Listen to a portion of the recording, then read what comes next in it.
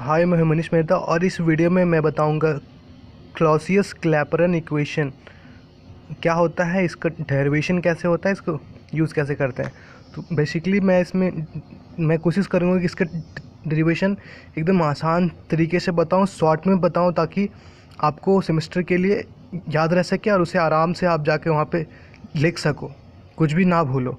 ठीक है, इसलिए मेरा एम रहेगा जितना जितना शॉर्टकट और जितना जितना आसान बना सके इसका डेरिवेशन, क्योंकि बहुत ही लंबा होता है। ठीक है, इसलिए मैं इसे कोशिश करूँगा जितना से जितना आपके अपने लैंग्वेज में इंडियन स्टाइल में इसे करके, और जितना छोटा कर सकूँ और इसे जितना अच्छे तरीके से समझा सकूँ, जितना कम से कम समय में। ठीक है, तो क्लॉसियस क्लैपेरन इक्वेशन का शॉर्ट फॉर्म में बोलते हैं CCE, क्लॉसियस क्लैपेरन इक्वेशन। ये इक्वेशन वैलिड तब होता है ना जब कोई एक कंपोनेंट हो और दो फेज़ हो। मतलब इसे एग्जांपल समझते हैं, पानी है, पानी कोई एक ही चीज़ है, कोई दो चीज़ तो है ना, नहीं है ना। पानी को एक कंपोनेंट बोलेंगे। और दो फेज़ मतलब उसका दो फेज़ अलग अलग चीज़ हो सकता है, या फिर लिक्विड या वेपर, या फिर सॉलिड या लिक्विड, है ना, या फिर, है ना। तो ये तीन अलग अलग फेज हो सकता है वाटर का, या फिर आइस, या फिर लिक्विड, या फिर वेपर। तो इस इक्वेशन का यूज़ तब हम लोग करते हैं जब दो फेज़ इक्विलिब्रियम में हो, और वो दो फेज़ एक ही कंपोनेंट का होना चाहिए। मतलब एक कंपोनेंट का दो फेज़ इक्विलिब्रियम में, तब हम लोग क्लॉसियस क्लैपेरन इक्वेशन यूज़ कर सकते हैं। मतलब या फिर सॉलिड से लिक्विड फेज़ में इक्विलिब्रियम हो, दोनों एक ही कंपोनेंट का होना चाहिए, या फिर लिक्विड से वेपर फेज़ में है इक्विलिब्रियम में, या फिर सॉलिड से वेपर फेज़ में इक्विलिब्रियम में हो, और दोनों एक ही कंपोनेंट का होना चाहिए जो दोनों फेज़ होगा। ठीक है, अब क्लॉसियस क्लैपेरन इक्वेशन का डेरिवेशन तीन अलग अलग तरीके से करते हैं हम लोग। हमारे सिलेबस में पहला वाला है, दो और तरीके जो हमें पढ़ना नहीं है, पर ये इससे होता है, ये चीज़ पता होना चाहिए। पहला तरीका है जो हम लोग ड्राइव करते हैं, वो सेकेंड लॉ ऑफ थर्मोडायनेमिक्स से करते हैं, दूसरा प्रिंसिपल ऑफ कार्नोट इंजन से करते हैं, और तीसरा मैक्सवेल्स थर्मोडायनेमिक इक्वेशन से करते हैं। लेकिन हमारे सिलेबस में सेकेंड लॉ ऑफ थर्मोडायनेमिक्स से इसका डेरिवेशन है, तो उसी से करेंगे, और एकदम शॉर्ट तरीके से, कुछ भी लॉन्ग कट नहीं इसमें, और आपको तुरंत याद हो जाएगा ये वीडियो देखने के बाद। ठीक है, मैंने पिछले वीडियो में बताया था गिब्स हेल्महोल्ट्ज़ इक्वेशन, उसमें से मैंने दो इक्वेशन बताया था कि वो दो इक्वेशन अगर आपको याद हो गया तो आपका वो जो गिब्स हेल्महोल्ट्ज़ इक्वेशन का डेरिवेशन बहुत ही आसान हो जाता है। तो इसमें भी वो दोनों इक्वेशन में से कोई एक इक्वेशन था, उसी का यूज से इसका भी डेरिवेशन है ना, इस क्लॉसियस क्लैपेरन का इक्वेशन, इसका भी इक्वेशन आसान हो जाता है। उसमें मैंने इक्वेशन बताया था वो कि d G is equals to VdP minus SDT। अगर आप याद रख सकते हैं तो याद रख लो कि इसमें गिब्स हेल्महोल्ट्ज़ में इसमें भी उसी इक्वेशन का आएगा यूज, और ये टोटल डेरिवेशन खत्म हो जाएगा। मतलब सिर्फ इस चीज़ में ना, सिर्फ एक चीज़ को आपको रखना है याद, और जो मैं जैसे जैसे बोलते जाऊँगा उस चीज़ को याद रखना है। तो करते हैं स्टार्ट। उसके बाद इसे आप कॉपी में एक बार नोट डाउन कर लेना, उसके बाद और अच्छे तरीके से समझ में आ जाएगा। तो मानते हैं लेट A और B दो अलग अलग फेज है एक कंपोनेंट का, जैसे कि वाटर का है, लेट सपोज कर लो लिक्विड और वेपर है एक कंपोनेंट का, किसका, वाटर का। तो जब ये इक्विलिब्रियम में होता है ना ये फेज़, तो ये फेज़ इक्विलिब्रियम में है, तो इसका जो गिव्स फ्री एनर्जी या फिर मोलर फ्री एनर्जी, वो दोनों सेम होता है। ए का भी उतना ही होगा जितना बी का हो, क्योंकि वो दोनों इक्विलिब्रियम में है, इसलिए दोनों का जो मोलर फ्री एनर्जी जो है, या फिर गिब्स फ्री एनर्जी, वो दोनों का सेम होगा। तो हम लिख सकते हैं GH=GB। अब दोनों में थोड़ा थोड़ा चेंज करते हैं, इसमें भी थोड़ा सा चेंज, इसमें भी थोड़ा चेंज।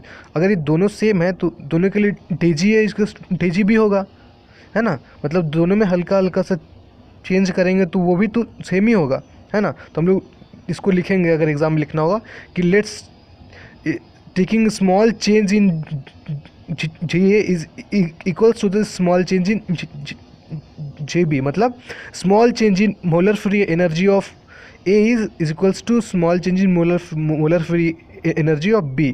अब ये इक्वेशन आ गया जो मैंने पहले भी बता के रखा, और अभी भी याद रख लेना है, DG is equals to VdP minus SDP। इसे दिमाग में घुसा लो, क्योंकि भैया इससे दो सवाल आना बड़ा बड़ा, 14 मार्क्स का, जो तुरंत स्कोर करेगा एग्जाम में। ठीक है, सेम आराम से पास कर जाओगे ये दोनों इक्वेशन से। तो ये चीज़ याद रखना है। अब DG is equals to VdP minus SDT है, तो अगर एक फेज़ ए के लिए लिखना चाहेंगे तो हम लोग क्या लिखेंगे, सब में ए सब्सक्रिप्ट लगा देते हैं, जी में, वी में और एस में। तो D G equals to V A D P minus S A D T, बस कुछ नहीं किए, यहाँ पे जी के आगे ए लगा दिए, वी के आगे ए लगा दिए, एस के आगे ए लगा दिए। तो D G equals to V A D P minus S A D T. B के लिए करेंगे, जहाँ जहाँ ए लगाते हैं वहाँ बी लगा देंगे, to D G B minus V B D P minus S B D T. ठीक है, अब दोनों डी जी ए तो सेम है, तो ये दोनों भी तो सेम ही होगा, तो दोनों को इक्वेट कर दो। तो इक्वेट करेंगे तो V A D P minus S A D T, V A D P minus S A D T is equals to V D P minus S B D T is equals to V D P minus S D T. ठीक है, अब D T वाला term को एक side ले लो और जो भी है कॉमन ले लो। डी टी कॉमन ले लिए, इस डी टी को इस साइड लाए इस टर्म को, तो S B minus S A आया और डी टी भी आ गया।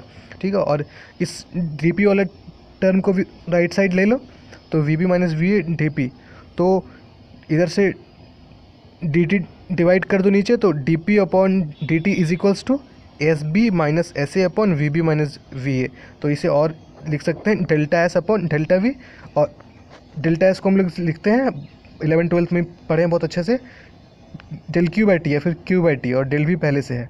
और इस तो ये हमारा इक्वेशन आ चुका है यहाँ तक ये जनरल फार्मूला है।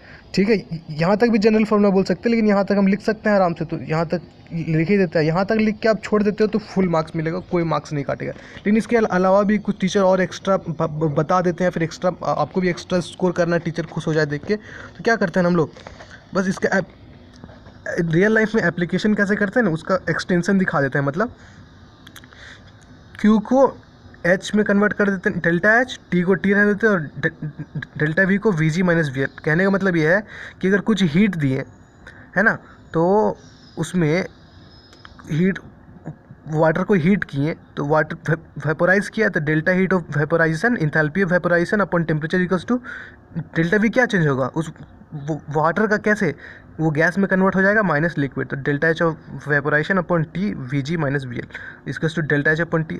और जो वी एल होता है ना, वो अगर गैस का वॉल्यूम लिक्विड का वॉल्यूम से बहुत ज़्यादा बड़ा होता है, तो इसे नेगलेक्ट कर सकते हैं, तो इसे नेगलेक्ट करके डायरेक्टली वी एल को हटा देते हैं, और delta H upon T V जी। इतना अगर नहीं याद होता है तो कोई बात नहीं, अगर रट सकते हो तो रटो, नहीं तो यहाँ तक मैंने समझाया बहुत आसान तरीके से, यहाँ तक रट लो, पूरा स्कोर मिलेगा, फुल स्कोर मिलेगा।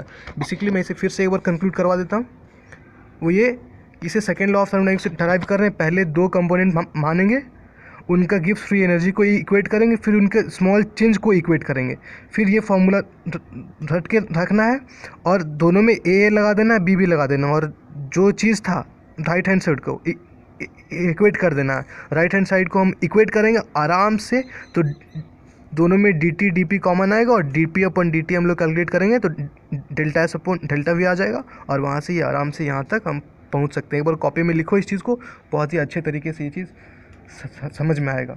वीडियो अच्छा लगा हो लाइक करो, शेयर करो, और जितने जितने दोस्तों को बताओ यार, ताकि एग्ज़ाम में सेम में फेल ना करे। ये सब बहुत बड़ी चीज़ नहीं है, ये सब चीज़ के कारण ना सेम में फेल कर जाते हैं, और बहुत ही ये अजीब सा चीज़ है। ठीक है, तो मेरे चैनल को जरूर सब्सक्राइब करो, और भी फर्दर वीडियोज़ को देखो। मैं अच्छी तरीके से शॉर्ट बना के और भी डालूँगा। Thank you.